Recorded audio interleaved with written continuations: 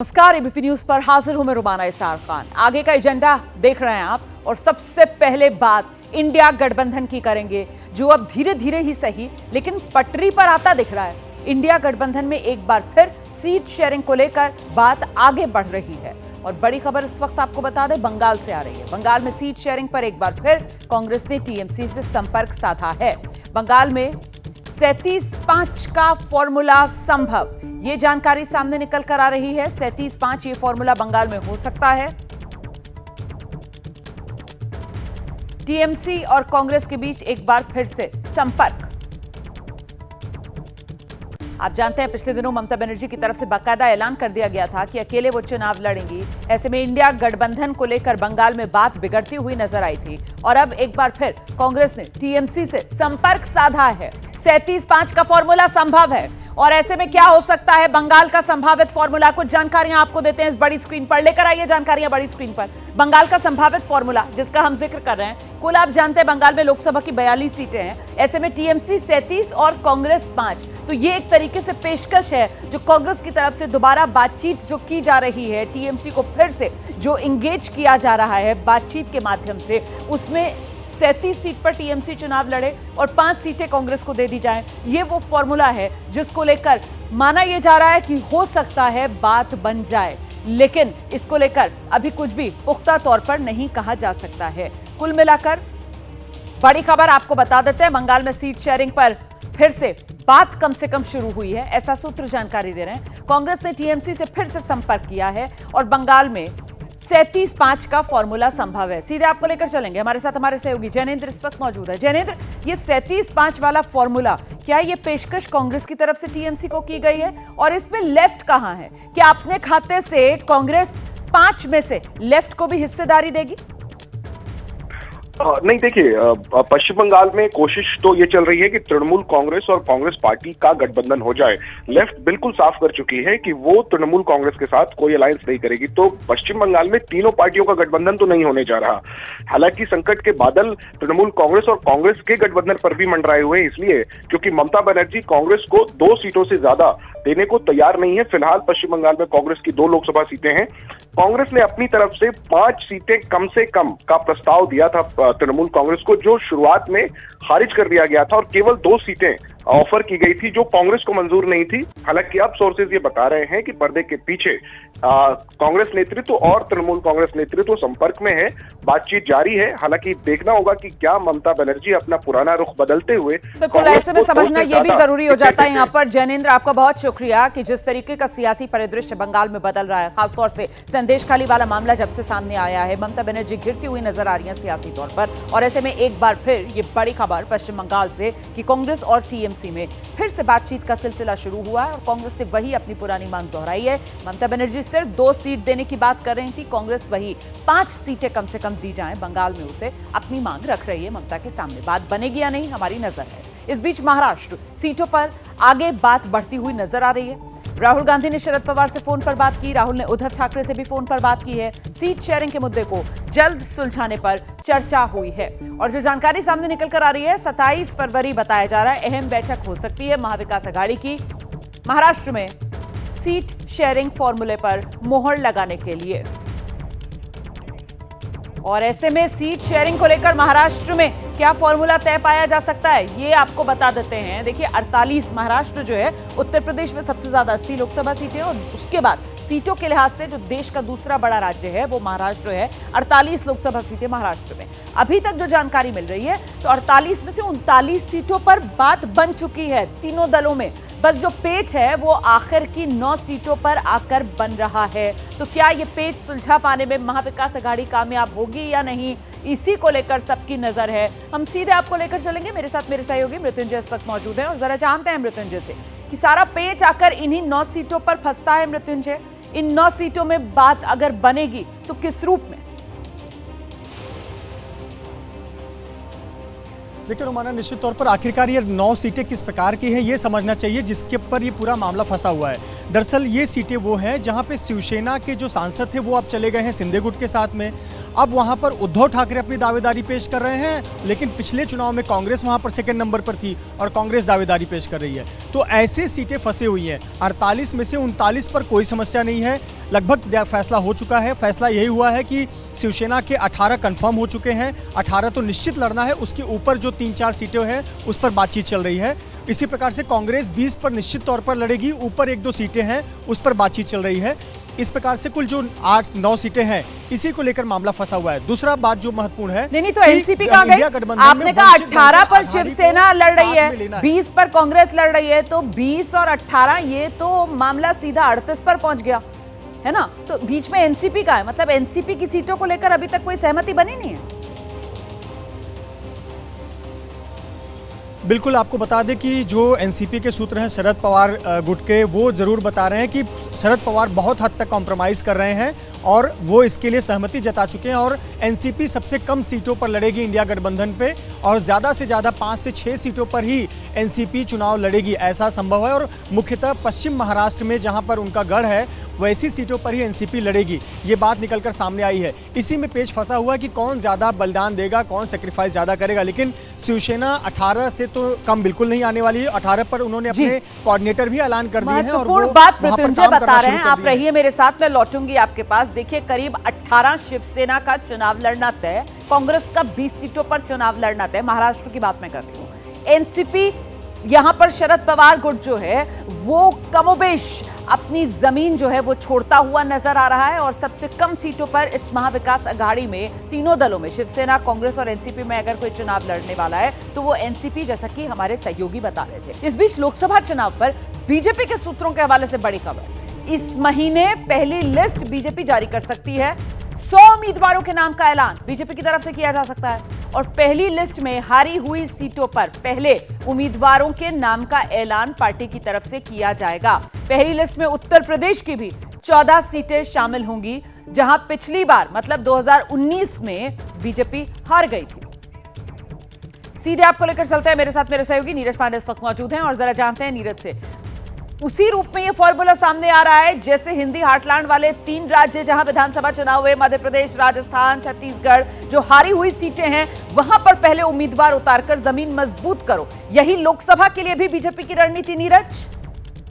बिल्कुल बिल्कुल रोमाना, यही बिल्कुल रणनीति है भारतीय जनता पार्टी की। भारतीय जनता पार्टी इसी महीने के अंत तक करीब 100 ऐसी सीटें हैं जहां पर अपने उम्मीदवार घोषित कर देगी। ये वो सीटें हैं जिनमें 2019 और 2014 में भारतीय जनता पार्टी या तो चुनाव हार गई थी या बहुत कम मार्जिन से चुनाव जीती है।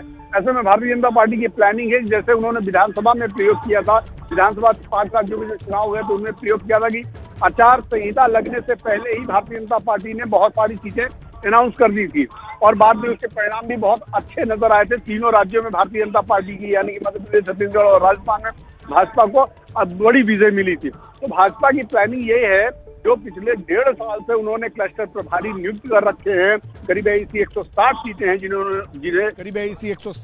हैं जिन्हें भाजपा ने चिन्हित कर रखा है। उन सभी सीटों में करीब 100 ऐसी सीटें हैं जिसको भाजपा इसी महीने के अंत में या कहें 29 तारीख को या 30 तारीख तक भारतीय जनता पार्टी रिलीज कर देगी। तो क्षेत्रवार हिसाब से कुछ प्राथमिकता दी जाएगी कि पहले इस क्षेत्र पर फोकस किया जाएगा। जैसे उत्तर प्रदेश का जिक्र है, जो 14 सीटें उत्तर प्रदेश में हारे थे 2019 में, उन पर बताया जा रहा है कि उम्मीदवारों के नाम का ऐलान कर दिया जाएगा। और कहां-कहां?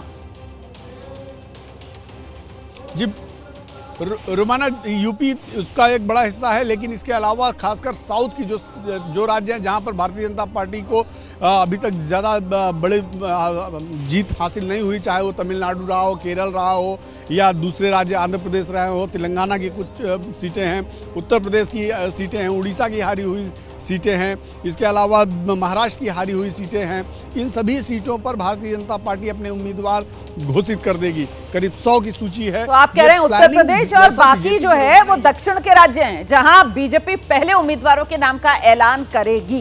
दिल्ली में इस समय आम आदमी पार्टी की तरफ से प्रेस कॉन्फ्रेंस की जा रही है, सुनते हैं क्या कह रहे हैं सौरभ भारद्वाज।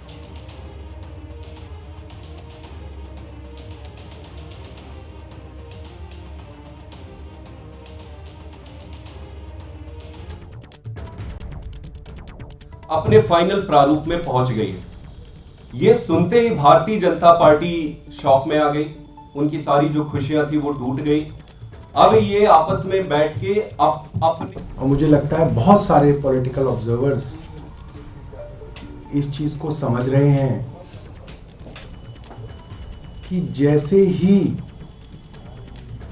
इंडिया अलायंस की मीटिंग जो आम आदमी पार्टी और कांग्रेस के अंदर चल रही थी, उस मीटिंग से ये खबरें आने लगी कि कई राज्यों के अंदर आम आदमी पार्टी और कांग्रेस का गठबंधन लगभग तय हो गया है। कौन सी पार्टी कितनी सीटें किस राज्य में लड़ेगी, इसकी सहमति कांग्रेस और आम आदमी पार्टी में बन गई है, जिसकी उम्मीद मीडिया के साथी भी कम लगा रहे थे।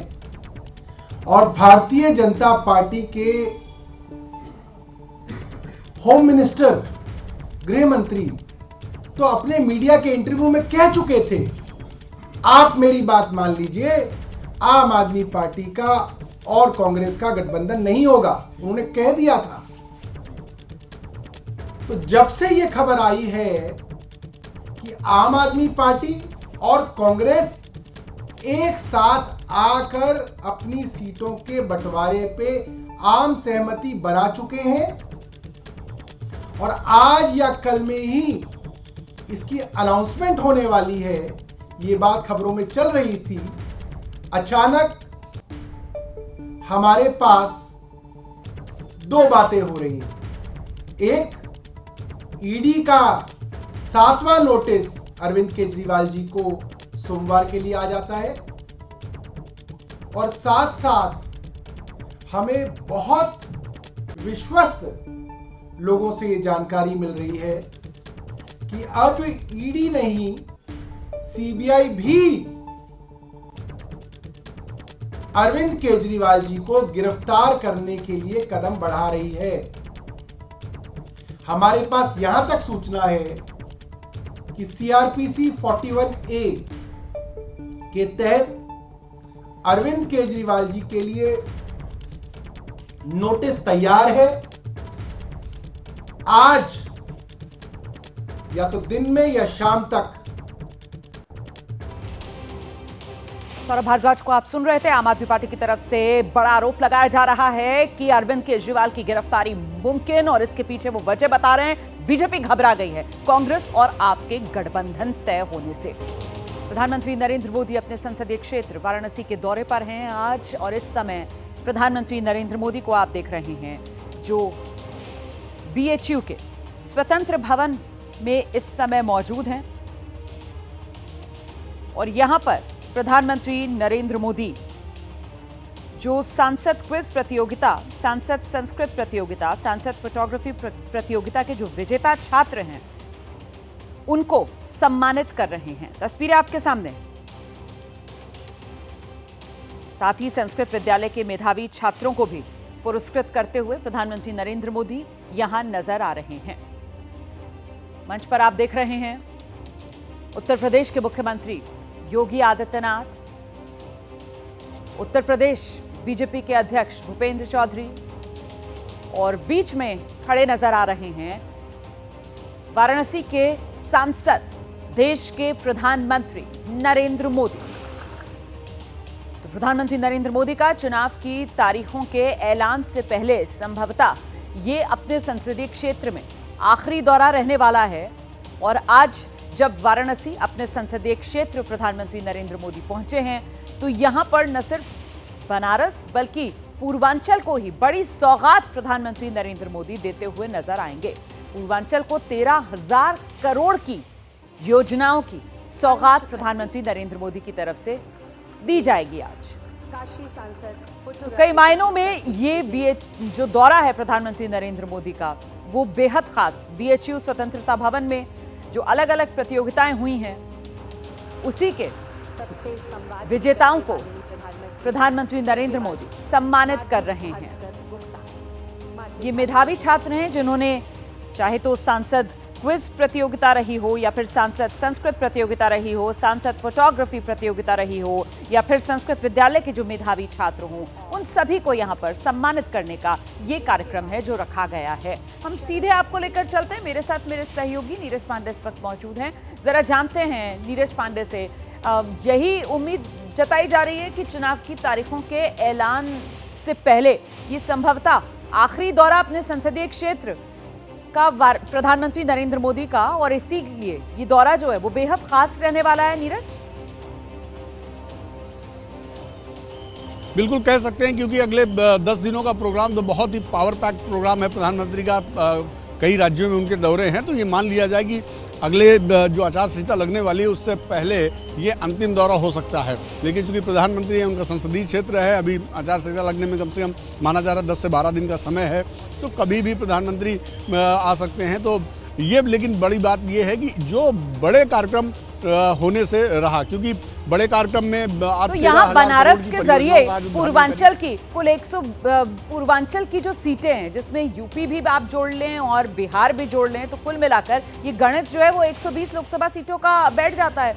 तो यहाँ उत्तर प्रदेश से लेकर बिहार तक नजर। देखिए, उत्तर प्रदेश बिहार तक नहीं, इसको कहिए रोमाना पंजाब तक, जहां से आपका नाता भी है। तो पंजाब तक इसलिए क्योंकि आज गुरु रविदास जयंती है और आज यहाँ पंजाब के करीब 10 लाख से ज़्यादा अनुयायी यहाँ मौजूद हैं। और प्रधानमंत्री नरेंद्र मोदी जब आएंगे तो इसी कॉरिडोर से होते हुए आएंगे, क्योंकि पीछे आप देखेंगे मंदिर है और मंदिर के ठीक जहाँ पे मैं खड़ा हूँ इसके बगल में वो स्टेचू है जिसका उद्घाटन प्रधानमंत्री नरेंद्र मोदी करने वाले हैं। लेकिन आप देखिए, ये जो अनुयायी, ये जो खड़े हैं, ये बिल्कुल बैरिकेड के साइड में ये लोग जो खड़े हैं, ये लोग यहाँ के लोग नहीं हैं, ये पंजाब के आए लोग हैं जो सुबह से मंदिर का दर्शन करने आए थे और उसके बाद अब यहाँ पे खड़े होकर इस बात का इंतजार कर रहे हैं कि प्रधानमंत्री नरेंद्र मोदी आएंगे और उनको एक झलक देख लेंगे। आप छतों में भी देखेंगे तो लोगों के सरों पर पगड़ियाँ हैं, लोगों के सरों पर आप देखिए रुमाल रखी हुई है। वो बताता है कि ये लोग सब पंजाब के अनुयायी हैं जो रविदास जी की जयंती पर यहाँ मत्था टेकने आए हैं। तो प्रधानमंत्री नरेंद्र मोदी एक तीर से कई निशाने करने के लिए जाने जाते हैं। बिहार और यूपी तो उनका मेन सेंटर है ही है, लेकिन मैसेज पंजाब तक देना है, क्योंकि आज रविदास जी की जयंती है और पंजाब के 10 लाख के लोग, 10 लाख से ज़्यादा लोग यहाँ पर मौजूद हैं, तो उनके बीच में एक सभा भी करेंगे। तो बड़ा मैसेज है, बड़ी प्लानिंग के साथ प्रधानमंत्री निकलते हैं। तो आप देखें 120 ये और पंजाब की लोकसभा सीटें, तो सीधे तौर पर आप देखें तो 150 के ऊपर सीटें ऐसी हैं जहां पर पीएम नरेंद्र मोदी अपना मैसेज देने वाले हैं आज। रोमाना, महत्वपूर्ण बात आप कह रहे हैं, न सिर्फ उत्तर प्रदेश बिहार बल्कि पंजाब तक यहाँ पर सियासी संदेश जो प्रधानमंत्री नरेंद्र मोदी की तरफ से आज अपने संसदीय क्षेत्र वाराणसी से दिया जाना है। काशी सांसद ज्ञान प्रतियोगिता और काशी सांसद फोटोग्राफी प्रतियोगिता के विजेताओं को पुरस्कार देने का अवसर मिला। मैं सभी विजेताओं को उनके परिश्रम, उनकी प्रतिभा के लिए बधाई देता हूं। उनके परिवारजनों को भी बधाई देता हूं, उनके गुरुजनों की भी बधाई देता हूं। जो युवा सफलता से कुछ कदम दूर रह गए, कुछ तो होंगे जो 4 पे आके अटके हुए होंगे, मैं उनका भी अभिनंदन करता हूं। आप काशी की ज्ञान परंपरा का हिस्सा बने, उसकी प्रतियोगिता में भी शामिल हुए, ये अपने आप में बहुत बड़ा गौरव है। आप में से कोई भी साथी हारा नहीं है, न ही पीछे रहा है। आप इस भागीदारी के जरिए काफी कुछ नया सीखकर कई कदम और आगे आए हैं। इसलिए इन प्रतियोगिताओं में हिस्सा लेने वाला हर कोई बधाई के पात्र है। मैं इस आयोजन के लिए श्री काशी विश्वनाथ मंदिर न्यास काशी विद्वत परिषद और सभी विद्वानों का भी आदर पूर्वक धन्यवाद करता हूं। आपने काशी के सांसद के रूप में मेरे विजन को साकार करने में बहुत बड़ी भूमिका निभाई है, अभूतपूर्व सहयोग किया है। पिछले 10 वर्षों में काशी में जो विकास के कार्य हुए हैं और काशी के बारे में संपूर्ण जानकारी पर आज यहां 2 बुक भी लॉन्च की गई है। पिछले 10 वर्ष में काशी ने विकास की जो यात्रा तय की है उसके हर पड़ाव और यहां की संस्कृति का वर्णन इन कॉफी टेबल बुक में भी किया गया है। इसके अलावा जितनी भी सांसद प्रतियोगिता काशी में आयोजित हुई है उन पर भी छोटी छोटी किताबों को लॉन्च किया गया है। मैं सभी काशी वासियों को इसके लिए बहुत बहुत बधाई देता हूं। लेकिन साथियों, आप भी तो जानते हैं हम सब तो निमित्त मात्र है। काशी में करने वाले तो केवल महादेव और उनके गण हैं। जहां महादेव का कृपा हो जाला ऊ धरती अपने ऐसे ही समृद्ध हो जाले।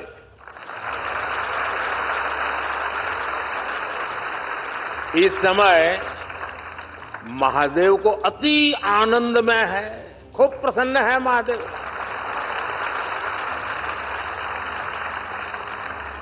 इसलिए महादेव के आशीष के साथ 10 वर्षों में काशी में चारों ओर चहुं ओर विकास का डमरू बजा है।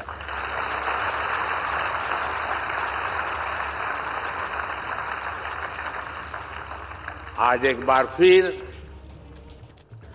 काशी के हमारे परिवार के लोगों के लिए करोड़ों रुपया की योजना का लोकार्पण होता है।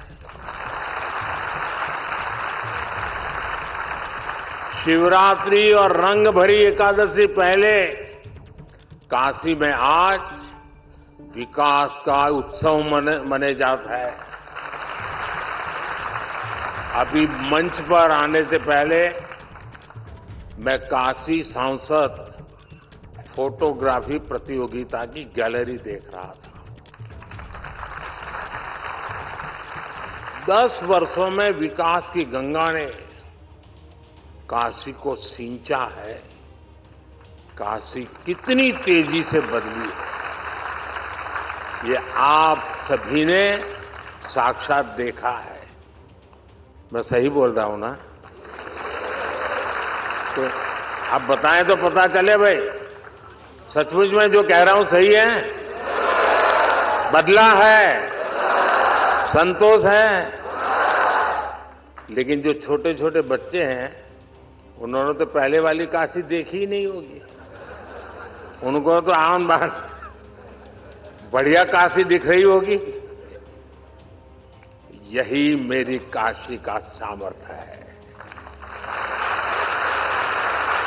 और यही काशी के लोगों का सम्मान है।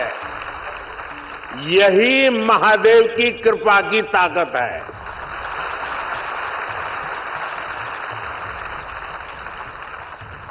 बाबा जौन चा झालन ओके के रोक पावेला।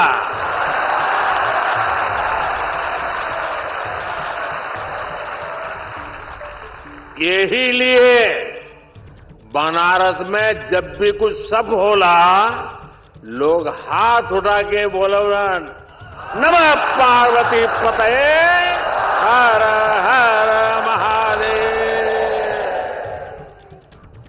साथियों, काशी केवल हमारी आस्था का तीर्थ ही नहीं है, ये भारत की शाश्वत चेतना का जागृत केंद्र है।